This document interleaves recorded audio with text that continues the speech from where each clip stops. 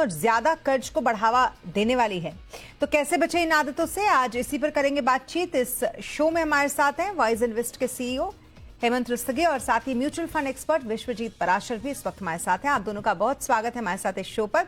और हेमंत जी, बहुत ही इंटरेस्टिंग ये डेटा है, जहां पर ये डेटा ये कहता है कि अमीरों वाले एक्सपेंसेस या अमीर जो खर्चे करते हैं वो लगातार बढ़ते जा रहे हैं और वो रिकॉर्ड स्तर पर बढ़े हैं, जहां पर लग्जरी लाइफ के पीछे लोग अब भागते हुए नजर आ रहे हैं। ऐसे में क्या भारत में अमीर ज्यादा हो गए हैं हेमंत जी? जी स्मिता, बिल्कुल आपने जो कहा वो बिल्कुल सही ट्रेंड है और ये भी आपकी सच्चाई है कि हमारे देश में अमीर जो है काफी बढ़ रहे हैं, जो आई थिंक अच्छी बात है। अमीर बढ़ने में कोई प्रॉब्लम नहीं है। आप उस अमीरी को कैसे इस्तेमाल करते हो वो इम्पोर्टेंट चीज है। देखिए, दो तीन कारण है स्मिता यहाँ पे कि किस कारण से हम देख रहे हैं कि हमारे यहाँ जो जैसा आपने कहा कि अमीर लोग बढ़ रहे हैं। एक तो सबसे बड़ी चीज है इकोनॉमिक ट्रांजिशन जो हमारे देश में हुआ है, और ये over a period of time हुआ है। एक जमाने में हम लोग state controlled, okay, agri based और इनवर्ड लुकिंग इकोनॉमी थे। आज अगर आप देखें तो हम मार्केट ओरिएंटेड है, सर्विस रिलेटेड है, सर्विस ड्रिवन है इनफैक्ट, और हम एक ग्लोबल इकोनॉमी है। तो जब इस तरह का इकोनॉमिक ट्रांजिशन होता है तो वो काफी बड़ा पूल क्रिएट करता है कैपिटल का। दूसरी तरफ एक इंपॉर्टेंट फैक्टर ये हुआ है कि हमारी जो सेविंग्स है उसका फाइनेंशियलाइजेशन हुआ है। जब से हमारे देश में लोगों ने अपनी सेविंग्स को फाइनेंशियल एसेट में डालना शुरू किया है, वेल्थ क्रिएशन में उसका काफी बड़ा असर पड़ा है। क्योंकि पहले जो है वो हार्ड एसेट्स में पैसे डाले जाते थे, अब फाइनेंशियल एसेट्स में जब डाल रहे हैं तो काफी सारे ऑप्शंस इन्वेस्टर्स को मिल रही है। तीसरा इंपॉर्टेंट फैक्टर है डिजिटाइजेशन। डिजिटाइजेशन ने हमारे लाइफ के हर एस्पेक्ट को इन्फ्लुएंस किया है। और अगर हम वेल्थ क्रिएशन की बात करें, स्पेशली अगर हम इक्विटी की बात करें, चाहे वो लिस्टेड इक्विटी हो, चाहे प्राइवेट इक्विटी हो या फैमिली एंटरप्राइज, किसी भी तरीके से आप देख लीजिए, उसने हमारे देश में जो है कैपिटल क्रिएट करने का काफी बड़ा काम किया, वेल्थ क्रिएट करने का काफी बड़ा काम किया। तो ये तीन कारण है। और दूसरी बात इंपॉर्टेंट ये है कि जो एफ्लुएंस है वो सिर्फ अभी मेट्रोज में नहीं रह गया, यानी मुंबई, कोलकाता, दिल्ली, बैंगलोर, वहां पर नहीं रहे।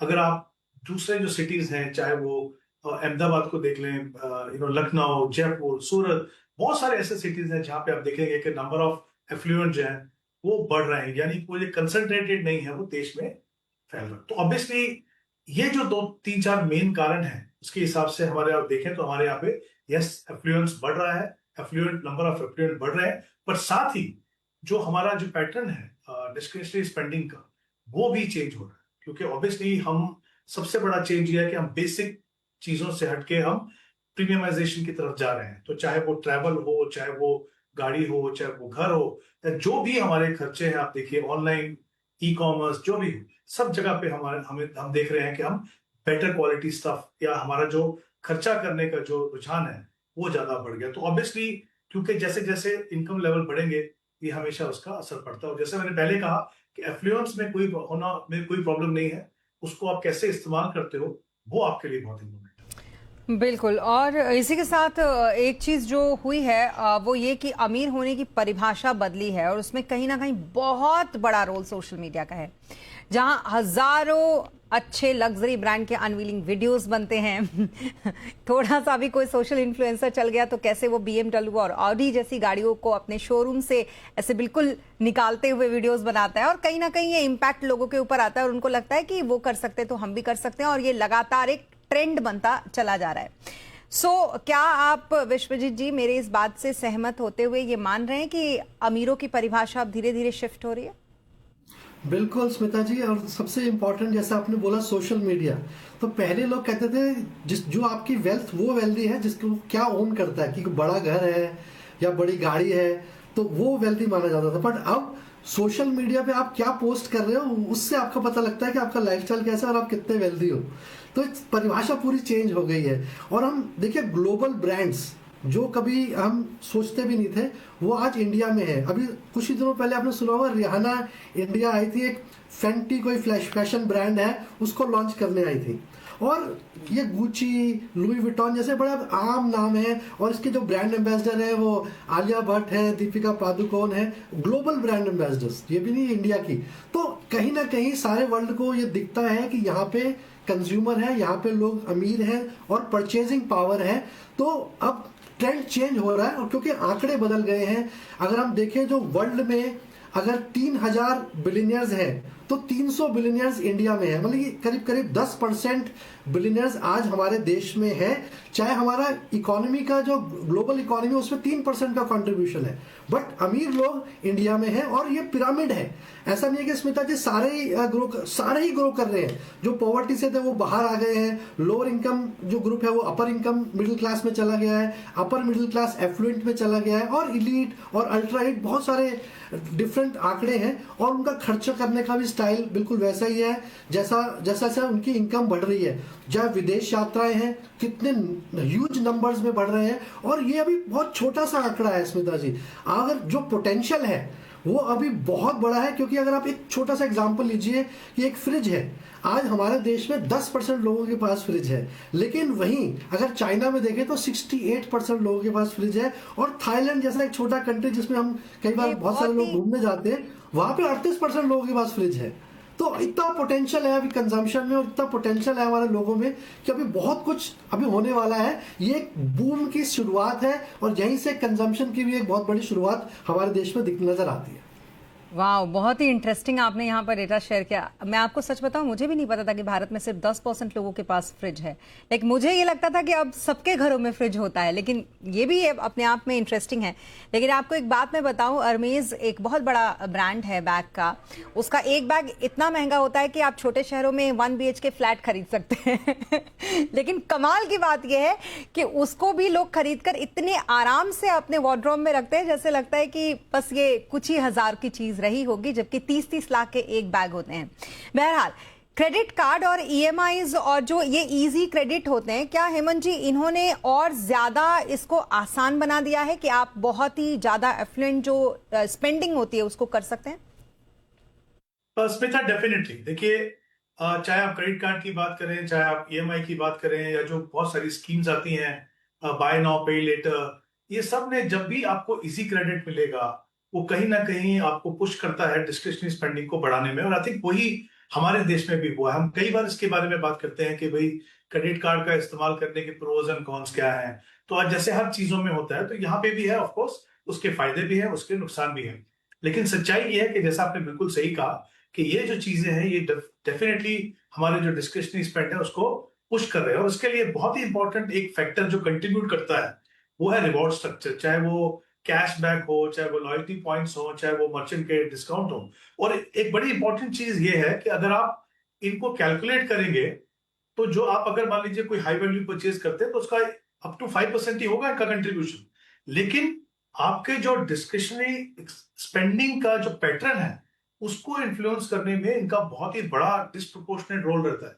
चाहे वो ओवरऑल कॉस्ट में इम्पैक्ट सिर्फ 5% पड़ता हो, तो कहीं ना कहीं जैसे हम ईएमआई की बात करते हैं, आप कोई हाई वैल्यू परचेज करते हो, ईएमआई कहीं ना कहीं आपको वो एक फीलिंग देती है कि भाई बड़े से बड़ा अमाउंट हो तो भी उसको हम आसान किस्तों में हर महीने दे देंगे, स्मॉलर अमाउंट विजे भी जो आपने कॉस्ट लिया है।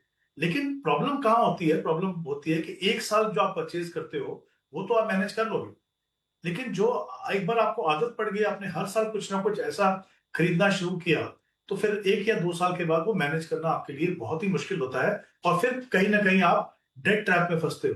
तो डिस्क्रिशनरी स्पेंडिंग डेफिनेटली उसको बढ़ाने में इन तीनों का बहुत ही इंपॉर्टेंट रोल रहा है, और आई थिंक मुझे लगता है आगे भी होगा। ये बात सही है कि डेटा है हमारे पास, कंजम्पशन के डेटा है, कुछ चीजें बहुत जरूरत है, जैसे मैंने पहले भी कहा प्रोज एंड कॉन्स हैं उसके, बट इसको अगर थोड़ा सा ध्यान में रखा जाए तो यही चीजें जो है कहीं ना कहीं आपको ओवरऑल अपने फाइनेंसेस को मैनेज करने में मदद कर सकती है। बिल्कुल।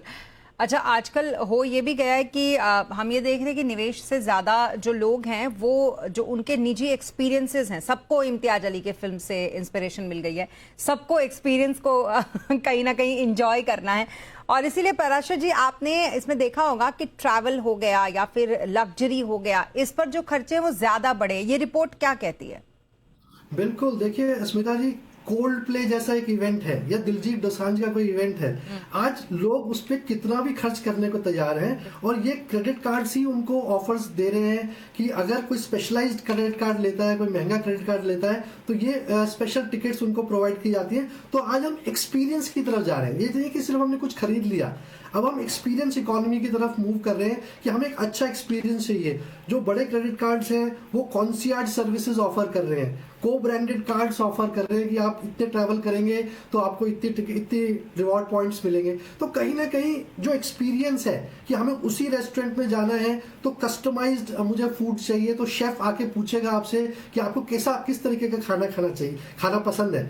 तो ये जो एक्सपीरियंस की तरफ हम मूव कर रहे हैं, ये नया ट्रेंड है और मेरे ख्याल से काफी इंटरेस्टिंग है कि पूरी इकोनॉमी में जो लोग अब पर्सनलाइजेशन या बिल्कुल bespoke जो कहते हैं ना जिस वर्ड को, उस तरीके के एक्सपीरियंसेस की तरफ लोग शिफ्ट कर रहे हैं। और मेरे हिसाब से अगर आप पूरा देखें, इवन ट्रैवलिंग 7% ऑफ जीडीपी जो है वो ट्रैवलिंग का इनकम है। तो कहीं ना कहीं ओवरऑल पूरा ट्रेंड चेंज हो रहा है। मेरे हिसाब से ये बड़ा इंटरेस्टिंग फेज है और बस ध्यान यही रखना है कि जब आप ये स्पेंड कर रहे हैं तो कहीं ना कहीं ये ना हो कि आपके जो फाइनेंशियल गोल्स हैं जो आप उसको मैनेज ना कर पाए, इतना खर्च ना करें। तो रिस्पॉन्सिबली अगर आप मूव कर रहे हैं तो बहुत अच्छी बात है, लाइफस्टाइल अपग्रेड करना अच्छी बात है, लेकिन अपने फाइनेंशियल्स को भी आपको मैनेज करना है। आगे चल के कहीं ऐसा ना हो कि आपकी इनकम ना ग्रो कर रही हो और आपके खर्चे ग्रो कर रहे हैं। तो ये इस पर अगर आप नजर रखेंगे तो शायद एक अच्छा बैलेंस बन जाएगा। बिल्कुल, अब मैं इसी पर आने वाली थी। हेमंत जी, कहीं ये अमीरों वाले खर्चों के चक्कर में जो लॉन्ग टर्म हम वेल्थ अपनी प्लानिंग करते हैं उसको डेंट तो नहीं लग रहा है? जी स्मिता, देखिए इसके भी दो एस्पेक्ट है। अगर हम इकोनॉमी की बात करें तो जब कंजम्पशन बढ़ती है तो इकोनॉमी के लिए बहुत अच्छा होता है। अगर हम जो कंजम्पशन करने वाले हैं, जो लोग हैं, जो जो जो जो जो स्पेंडर्स हैं, उनके पॉइंट ऑफ व्यू से देखें तो अगर आप एग्रेसिव अनप्लान्ड अगर स्पेंडिंग करते हो तो उसके जाहिर सी बात है उसका आपके फाइनेंशियल गोल्स, आपकी जो वेल बीइंग, आपका जो वेल्थ क्रिएशन का प्रोसेस है उसके ऊपर डेफिनेटली फर्क पड़ेगा। इसीलिए इंपॉर्टेंट है कि दोनों फैक्टर पे आप ध्यान रखें। और अच्छी बात क्या है कि अगर हम जैसे हमेशा कहते हैं ना कि गोल बेस्ड इन्वेस्टमेंट कीजिए आप, उसमें दो तीन इंपॉर्टेंट चीजें होती है। कभी कभी हमको थोड़ी बोरिंग लगती है लेकिन वो बहुत ही इंपॉर्टेंट है। उसमें इंपॉर्टेंट चीज क्या है कि आप गोल बेस्ड करते हो, आपने गोल्स को डिफाइन करते हो, उसमें जो आपको डिस्क्रिशनरी स्पेंडिंग करनी है वो भी अपना गोल बना लीजिए। अगर आप उसको बना लेंगे तो आप प्रायोरिटाइज कर पाएंगे। कहीं ना कहीं वो आपको आईना दिखाएगा कि देखिए ये पॉसिबल है, ये पॉसिबल नहीं है। जब आप ऐसा करते हो तो कहीं ना कहीं आप क्या करते हो, सबसे इंपॉर्टेंट चीज, आप पहले सेव करते हो फिर स्पेंड करते हो। आई थिंक जैसे ही आप ये कदम लेते हो आप देखेंगे कि काफी हद तक जो आपके एक्सपेंसेस हैं, जो शायद आप कंट्रोल नहीं कर पा रहे हो, जो जिनके बारे में आपको पता भी नहीं है शायद कितना पैसा खर्चा कर पा रहे हो, उसकी डिटेल्स आपको मिलती है। तो आई थिंक जैसे ही आप ये पैटर्न फॉलो करते हो कि आपने सेव किया पहले फिर स्पेंड किया, तो आप देखेंगे आपका फ्यूचर भी सिक्योर होता है। और जो आज की जो आपकी एस्पिरेशंस है, आप बिल्कुल लाइफस्टाइल आपको चेंज करना है, अपनी जो स्पेंडिंग करनी है वो होना भी चाहिए। At the end of the day आपको कुछ ना कुछ इंस्पिरेशन कहीं ना कहीं अपने अपने अलग अलग तरीके हैं आपको इंस्पिरेशन लेने के, वो आप कीजिए बिल्कुल, लेकिन वो पॉसिबल है तभी अगर आप गोल बेस्ड इन्वेस्टमेंट फॉलो करें, एक अच्छे से अपनी इन्वेस्टमेंट की प्लानिंग करके रखें। बिल्कुल दोनों के लिए पॉसिबल। तो दोनों पे ध्यान रखिए। ऐसा नहीं कह रहे हैं कि आप फ्यूचर पे ध्यान रखिए, आज पे मत देखिए, दोनों कीजिए, वो पॉसिबल है अगर आप थोड़े से डिसिप्लिन हो। बिल्कुल। और अंत में आपसे पराशर जी, अगर लोन लेकर आप यूरोप घूमकर आते हैं तो इसका मतलब ये बिल्कुल भी नहीं होता कि आपने लाइफ का बहुत अच्छा एक्सपीरियंस ले लिया। इसका मतलब ये होता है कि आपने अपनी लाइफ को एक थोड़ा सेटबैक तो दिया है। ऐसे लोगों को क्या कहना चाहेंगे आप? देखिए बिल्कुल, जैसा अभी हेमंत जी भी कह रहे थे कि आपको रिस्पॉन्सिबल बनना है, अपने गोल्स को पहले प्लान करना है। और ट्रैवल भी आपका गोल हो सकता है, ऐसा नहीं है कि ये अब गोल्स भी चेंज हो रहे हैं। ये नहीं कि कार और घर ही गोल है, अब इंटरनेशनल ट्रैवल भी आपका गोल हो सकता है। उसके लिए आप सेविंग करें, अपनी SIP बना के रखें और जब समय आए तो उसको खर्च भी करें, तो उसमें कोई बुराई नहीं है। बट ये ना हो कि आप लोन तो ले रहे हैं और उसकी EMI सोच रहे हैं कि भरता रहूंगा 7 साल और कहीं ना कहीं डेट ट्रैप की तरफ चलते जा रहे हैं। क्योंकि आप, ऐसा भी होता है कि आप सोशल मीडिया के प्रेशर में, अपने समाज के फ्रेंड्स के पीयर्स के प्रेशर में आप वो लाइफस्टाइल अपग्रेड तो लेते जा रहे हैं बट आपकी इनकम उस लेवल से ग्रो नहीं कर रही है। तो ये बिल्कुल भी ना करें। आप उतना ही खर्च करें जितना आपका डेबिट कार्ड अलाउ करता है, क्रेडिट कार्ड नहीं। तो इतना अगर आप ध्यान रखेंगे तो मेरे ख्याल में आप अच्छी लाइफ, बैलेंस्ड लाइफ भी जी पाएंगे। जैसे आपने बोला, जिंदगी ना मिले दोबारा भी इंपॉर्टेंट है, लेकिन आने वाले गोल्स भी उतने ही इंपॉर्टेंट है, चाहे वो आपके बच्चे की पढ़ाई है या रिटायरमेंट है। तो वो भी आप ही की लाइफ के हैं, तो उसको आपको मैनेज करना है, प्रॉपर्ली बैलेंस करके चलना है। ये ना हो कि आप ज्यादा लोन लें और उसके ऊपर ब्याज देते जाएं और एक ऐसे कर्जे में फंस जाएं कि आप कहीं उससे निकल ही ना पाए। बिल्कुल। सो एक बात को तो हमेशा लोगों को समझ लेनी चाहिए कि अमीर होना और अमीर दिखना, इन दोनों में डिफरेंस होता है, और इस डिफरेंस को आपको कम से कम अपने दिमाग में रखना चाहिए जब आगे से आप इस तरीके से खर्चे अपने करें, और जो कर रहे हैं वो तो फिर कर ही रहे हैं। थैंक यू सो मच हमारे साथ इस शो पर शामिल होने के लिए Hemant ji, thank you so much Parashar ji, हमारे साथ इस शो पर शामिल होने के लिए। उम्मीद है कि लोगों को ज़रूर इससे थोड़ी बहुत कुछ सीख और समझ मिली होगी कि अमीरों वाले खर्चे बढ़ाएं, लेकिन साथ साथ निवेश भी अपना बरकरार रखें। रुकेंगे एक छोटे से ब्रेक के लिए, ब्रेक के बाद आपको बताएंगे मल्टी कैप फंड में अभी निवेश की आपकी क्या होनी चाहिए स्ट्रैटेजी। ब्रेक के बाद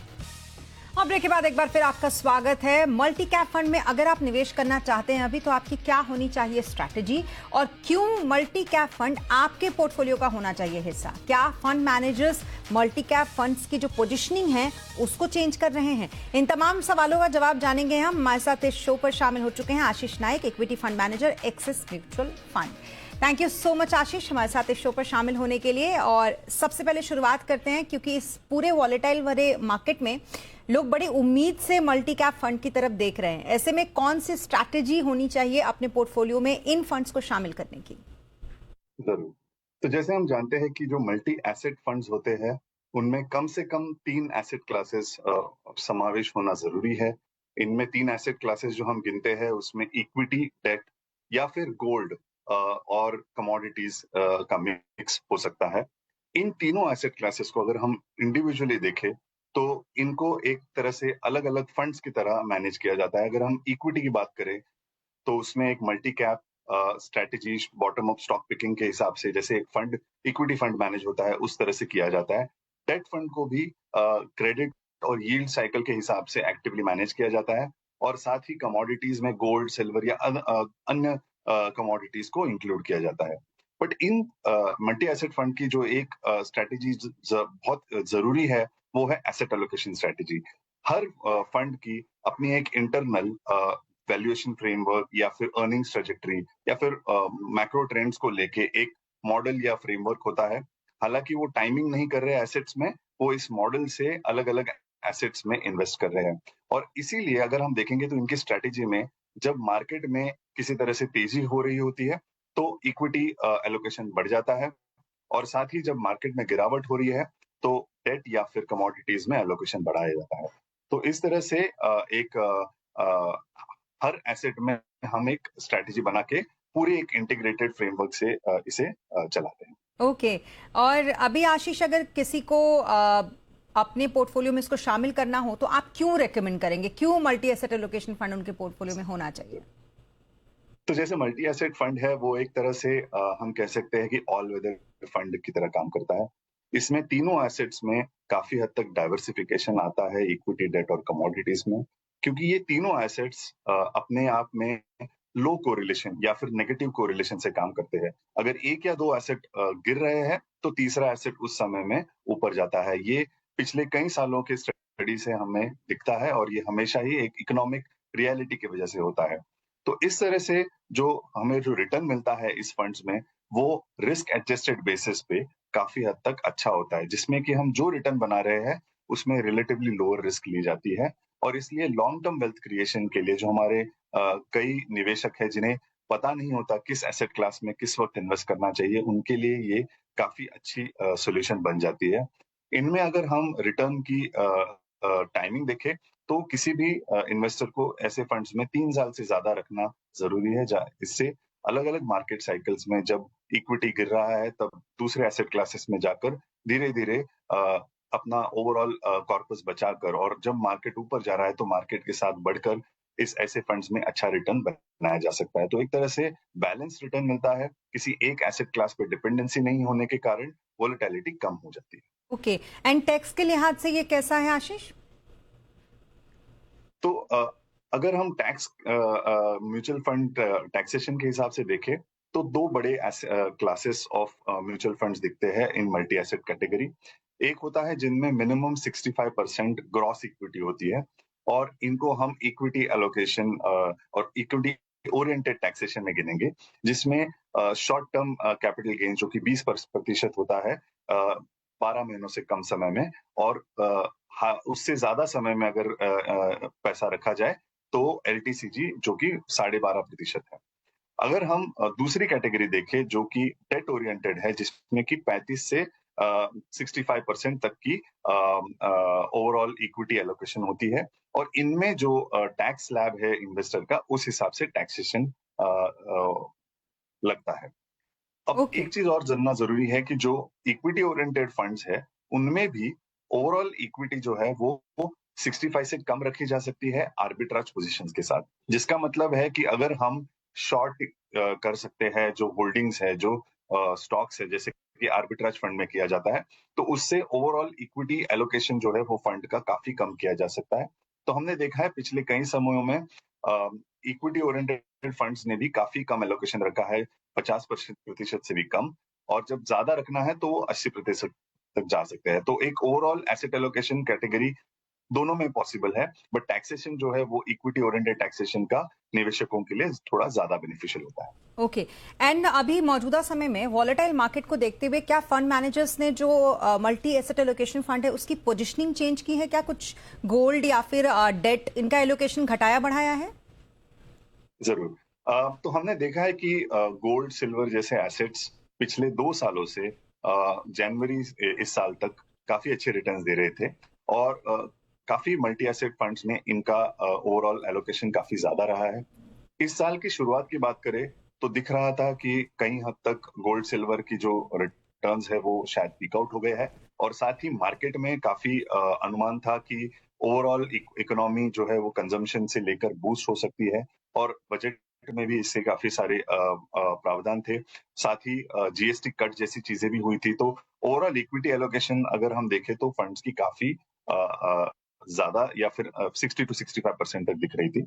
जैसे हमने देखा कि दुनिया भर में जिस तरह से माहौल बना मिडल ईस्ट के जियोपॉलिटिकल टेंशन की वजह से, उस समय में पिछले 2 महीनों में काफी फंड्स ने इक्विटी एलोकेशन कम किया था, 50 to 55% के रेंज में लेके आ गए थे। और उसके बाद जैसे ही मार्च के एंड में हम देखेंगे जैसे मार्केट में गिरावट आई थी और फिर से ओवरऑल सिचुएशन कुछ हद तक कंट्रोल लग रही थी, मार्केट वैल्यूएशंस अच्छे लेवल पे आ गए थे, तो अभी फिर से अराउंड 60% या 65% के आसपास जो फंड्स ने एलोकेशन इक्विटी में बढ़ाया है। और साथ ही कमोडिटीज का जो वेट है गोल्ड सिल्वर का वो इस वक्त 10 से 15% है। सो एक समय पे ये 20 से 25% भी रहा करता था और अभी ये 10 से 15 पे है। डेट में अगर हम बात करें तो ओवरऑल जो इंटरेस्ट रेट्स है, बिकॉज इन्फ्लेशन जो है इस वक्त काफी हद तक बढ़ सकता है। हमें दिख रहा है कि कमोडिटीज के लेवल काफी हाई है, क्रूड भी काफी हाई है। तो अगर इंटरेस्ट रेट्स की अनसर्टेनिटी बनी रहेगी तो इस वक्त डेट की जो एलोकेशन है वो अनिश्चितता होने के कारण डेट के जो एलोकेशन है वो इस वक्त काफी कम है। ओके, एंड रिटर्न के लिहाज से आप इसको कैसा मानते हैं, अगर पिछला रिटर्न देखें तो 2025 का? 2025 एक ऐसा साल था जिसमें गोल्ड और सिल्वर जो थे 24 के बाद भी काफी अच्छे रिटर्न्स दे रहे थे। गोल्ड में 70% से ज्यादा रिटर्न्स आए थे, सिल्वर में 120% से ज्यादा रिटर्न्स आए थे। और अगर हम इक्विटी की बात करें तो लार्ज कैप्स कुछ हद तक रिटर्न्स जो थे वो अच्छे थे, 8 से 10%। निफ्टी 50 और जो लार्ज कैप फंड्स थे उनके रिटर्न्स थे। अगर हम मल्टी कैप या फ्लेक्सी कैप के रिटर्न्स देखें तो ओवरऑल जो ब्रॉडर मार्केट है NSE 500 उसके रिटर्न्स 5% थे और ओवरऑल जो फ्लेक्सी और मल्टी कैप फंड्स की रिटर्न्स उस रेंज में थे। तो अगर हम ओवरऑल रिटर्न्स देखें मल्टी एसेट फंड्स के, इन दोनों को समावेश करके हमें दिखता है कि काफी फंड्स ने 15% से ज्यादा रिटर्न 2025 में दिया था।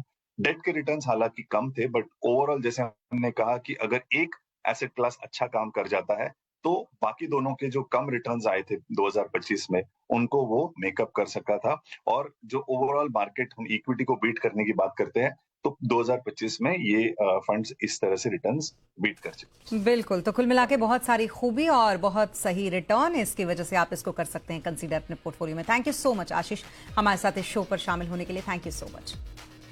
और इसी के साथ मनी गुरु के इस एपिसोड में अभी के लिए बस इतना ही। आप बने रहें जी बिजनेस के साथ। नमस्कार।